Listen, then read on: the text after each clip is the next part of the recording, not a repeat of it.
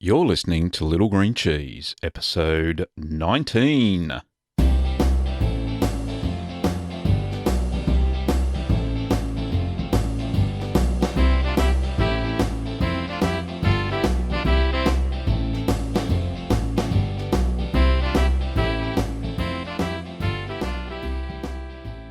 Well, welcome back. I'm Gavin Weber, and this podcast is where you can learn about cheese making at home. Well, this week's episode is going to be about my cheese making goals this year. And then we'll throw in some news and some listener questions. Should be quite interesting. The first goal that I have for this year is to perfect at least 2 mould ripened cheeses this year. Other than normal Camembert and Stilton, a blue cheese, I want to try something a little bit different. And this has stemmed from my conversation that I had with Ian Truer in the last episode. He makes a cheese called Little Squirrel, which is a semi-lactic cheese that is mould ripened. He also makes a rather large type of Camembert called Camembundy, I think he nicknamed it. And that looked very interesting. That was a large Camembert style cheese that was mould ripened. The circumference of it was probably about 20 centimetres wide by the looks of it from the photograph. So a very interesting cheese. And another thing, one of the reasons I want to try and perfect at least 2 mould ripened cheeses this year is because even though my Stilton is a very nice blue cheese, the longer it ages, obviously the more sharper it becomes, the more blue it becomes, I suppose. Now, what my wife Kim has requested that I make a blue cheese that is a little bit less sharp, a little bit milder than what a Stilton is.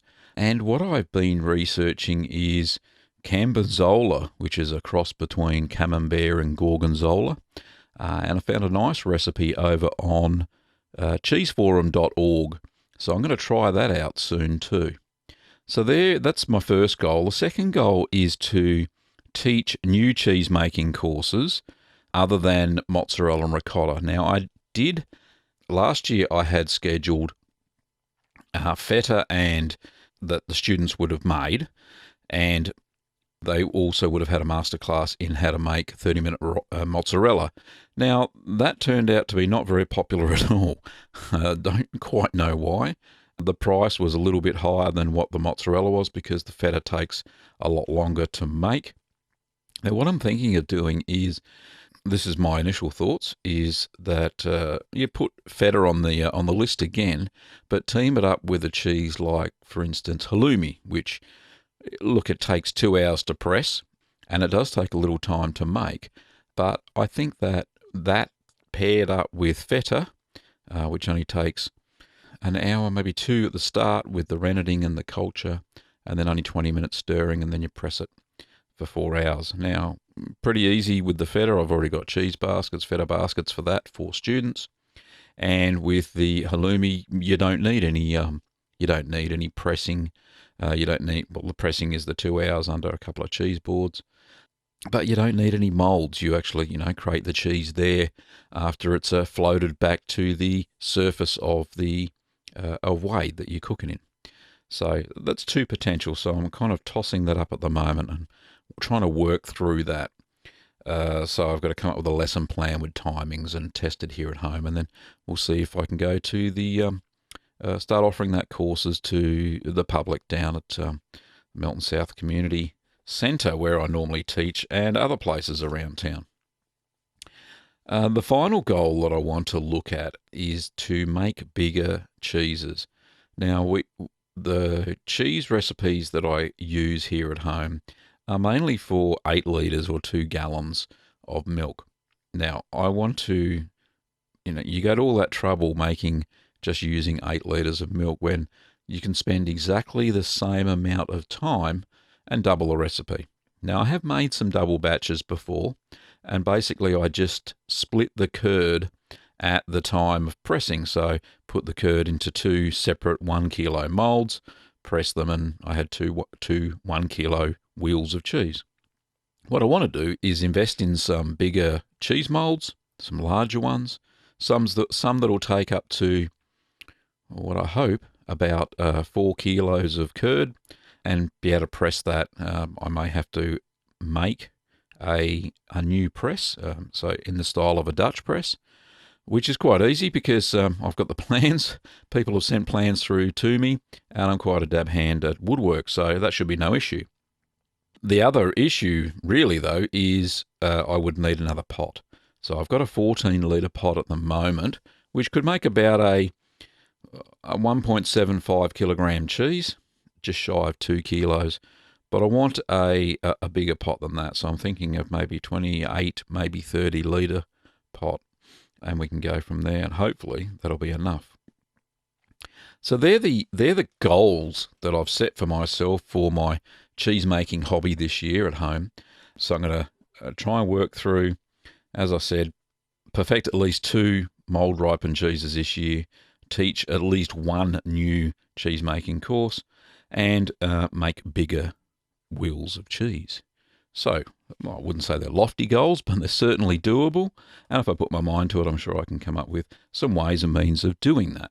And hopefully I'll be able to, especially the course, I'm really interested in teaching other cheeses than just mozzarella and ricotta. I know they're the basic, and that's where the basic ones where people need to learn.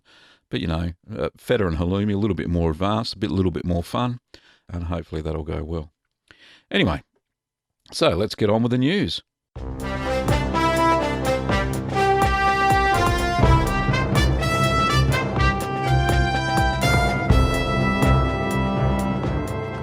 So the news I have today is from the Sydney Morning Herald, and the headline is Chinese start to say cheese, and that's Chinese as in the race, the Chinese people.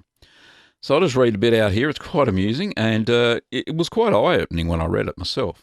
So it says, the sight and smell of a block of Parmesan cheese seemed pleasing enough to Han Jin at first, but a nibble made him gag. The Chinese businessman's first experience is shared by many of his compatriots. Consider cheese a strange, even alien dairy product.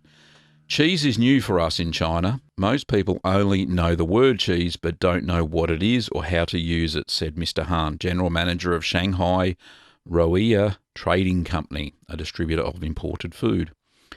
After acquiring a taste for various cheeses from around the world, from blue cheese to mozzarella, Mr. Han is on a mission to cultivate the same appreciation in other Chinese people. We're organising seminars about cheese for adults and children, he said. There's much to learn.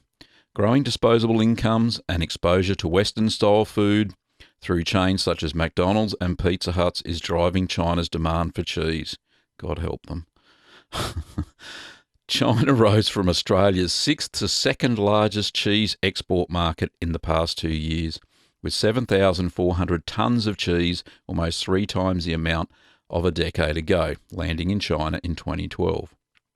Japan remains the biggest market, figures from Dairy Australia show. New South Wales is the second biggest export contributor after Victoria. Mr. Han's company sold 100 tonnes of mostly French and Italian cheese in China last year, up from the 40 tonnes 4 years ago. He said it was helping fellow distributors secure markets for Australian cheeses in first-tier cities, including Beijing and Shanghai. Local consumers are becoming interested in foreign foods and foreign tastes, he said, when asked about the boom. People also believe food and drinks from developed countries are safer and healthier. Anyway, I'll leave it there. It goes on a little bit more. I'll put the link in the show notes. Very interesting. I didn't realise that China didn't know much about cheese. I suppose it goes to figure they don't have massive herds of dairy cows. There wasn't a very big beef industry up until a few years ago. So I suppose with beef comes cheese. So, yeah, go figure. So, very interesting. So the dairy industry is growing. Dairy export from Australia, anyway, is growing into China.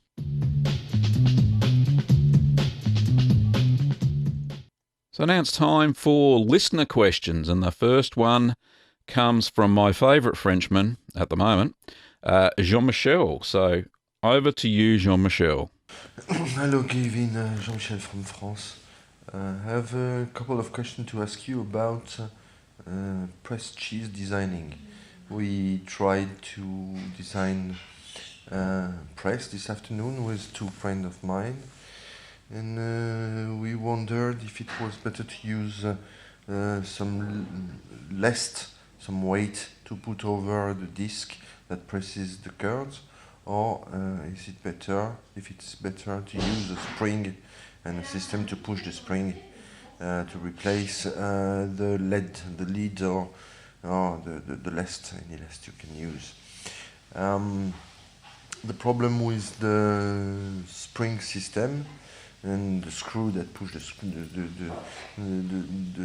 spring is that if the curve goes, the curve level goes down, the pressure will decrease. And we made a test with a scale, and we saw that pressing 5 kilo, when the level goes down by 1 centimeter, the pressure goes down to 1 kilo. Okay, so you lose most of the pressure if the curve level goes down, and it will go down because it's what we are looking for. So do you have an answer to that? And the second answer is that in every recipe, everybody speaks about pressure in terms of weight, but not in terms of weight per surface. Okay, or pressure is a certain weight over a certain surface. I mean, if you are making a small camembert and you press 10 kilos, the pressure will be hard, and if you apply the same weight over a surface as big as a big brie, or I don't know what, a plate, for example, the pressure will be much less. So on every recipe, one can't see the pressure. So what about this also? How to solve this problem if we want to make the cheese that the recipe aims to do to make? So thank you for a reply, and thank you for bye, Gavin. Bye. Well, thanks for Jean-Michel for that, for two questions there. So the first one, for people who may have found it difficult to hear, the first one was, what's my thoughts when pressing a cheese? Is it best to use a spring, or is it best to use just raw weight? Now, I have a 50-pound spring on my cheese presses because that's what they're designed. That's how they're designed. So you screw at the top down. It compresses a spring, which is a 50-pound spring, or 22.5 kilos roughly. And what that does, it applies then the built-up pressure in the spring is applied then to the cheese. And rightly said by Jean-Michel that the cheese, as it compresses, the spring expands, so there's less pressure on the cheese itself. So that's not really ideal. However, for the home cheese maker, not too bad. So if you're pressing a cheese that asks for, say, 50 pounds of pressure, then really, and it's over 24 hours, within the first 12 hours, the spring is going to expand again. Just screw it up again. You're applying another 50 pounds of pressure. So you can get away with it as a home cheese maker. No big deal, really. However, the best way is using weights on top of, directly onto the follower at the right amounts that the recipe asks for. So that is the best method, applying weight directly to the follower. And if you stack your cheeses, then it's obviously just the top. So that's no big deal.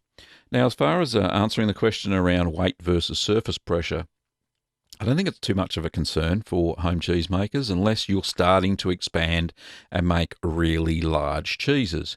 However, I probably won't be able to answer this question until I start making my own really large cheeses. And so I'll have to defer that question until about 2 or 3 months when I start getting some large ones under my belt. So sorry about that one, Jean-Michel. I can't really answer that one, but hopefully the first one, yeah, definitely, you're 100% right. Weights are better than using a spring method. But for the home cheese maker, if you're only pressing at really low weights or heavy weights for a long time, you can just retighten the spring, no big deal. So the next question comes, it's an email, it's from Rick from Barry in Texas. Rick Tantalinger, I think that's how you pronounce it. Sorry if I've mucked that up, Rick. His question is, hi Gavin, I really like your website and blog. I saw on a YouTube video that a friend of yours, made you a curd cutter. Does he have them for sale? If so, can you please send me his contact details so that I can order one from him? No, he doesn't sell them. He made those as a gift. However, he was kind enough, and this is David Dawson, who appeared in one of the earlier episodes of the podcast, and he kindly supplied me with the instructions. And in the show notes, what I'll do, I'll put in the link to the instructions. So if you need to build one yourself, or any other listener wants to build a curd cutter that has appeared in some of my latter videos, then yeah, you can do that yourself. So thanks very much, Rick, for your question.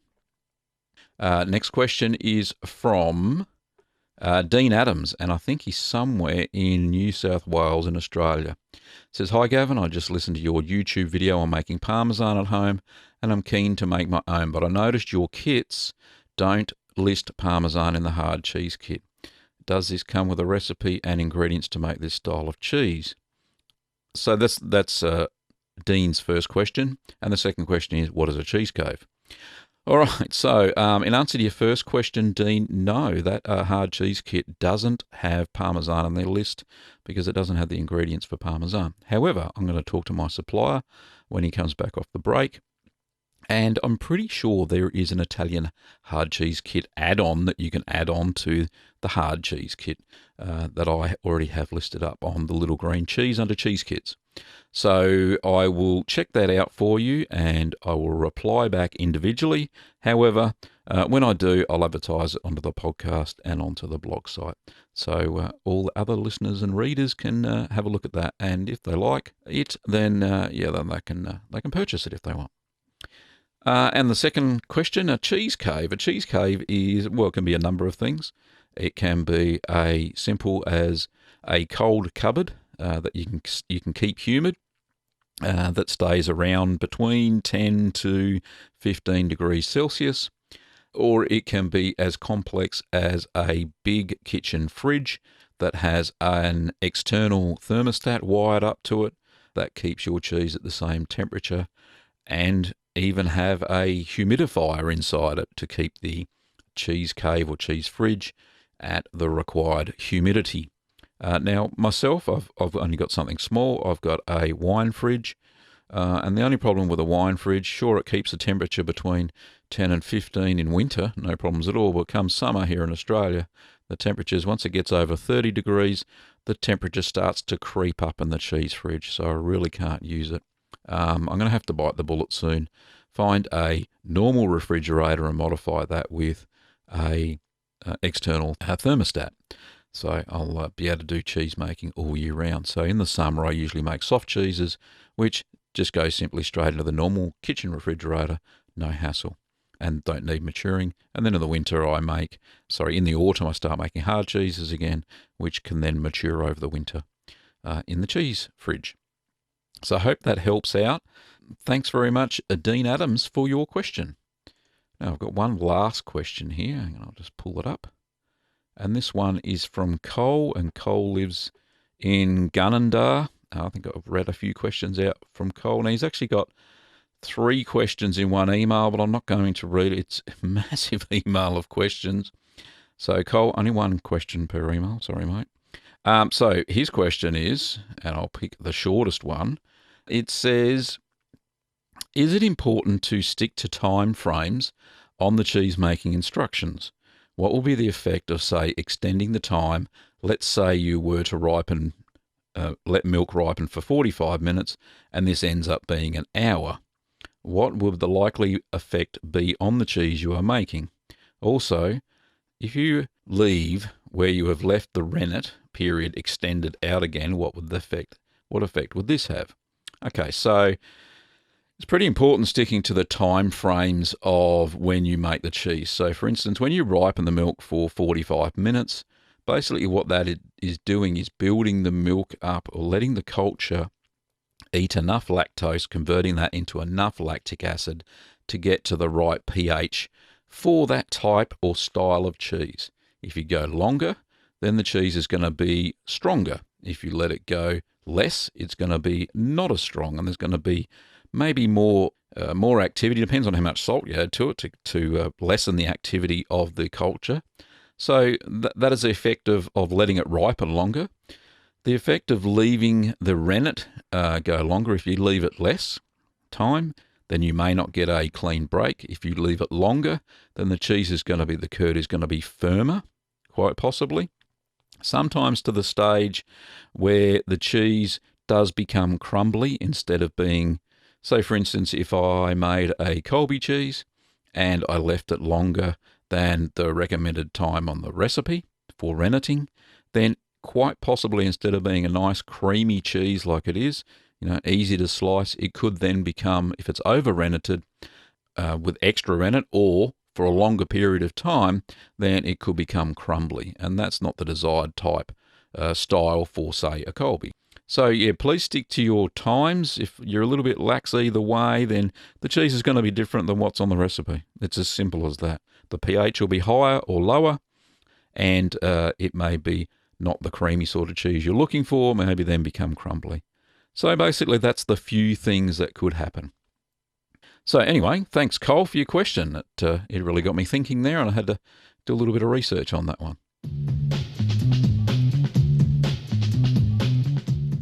That's about all we've got this episode, so I hope you've enjoyed that.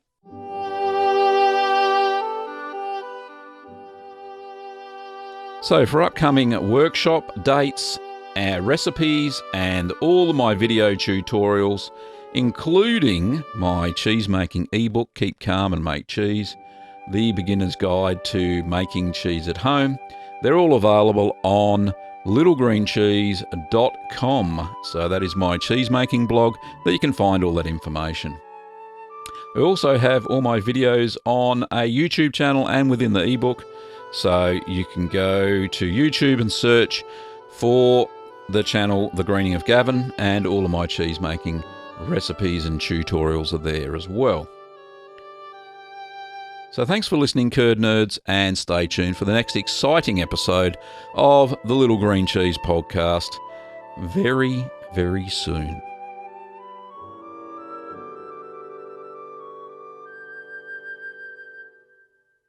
During this podcast, you heard royalty-free music by Kevin MacLeod. I played Malt Shop Bop, the news theme, and Call to the Dairy Cows.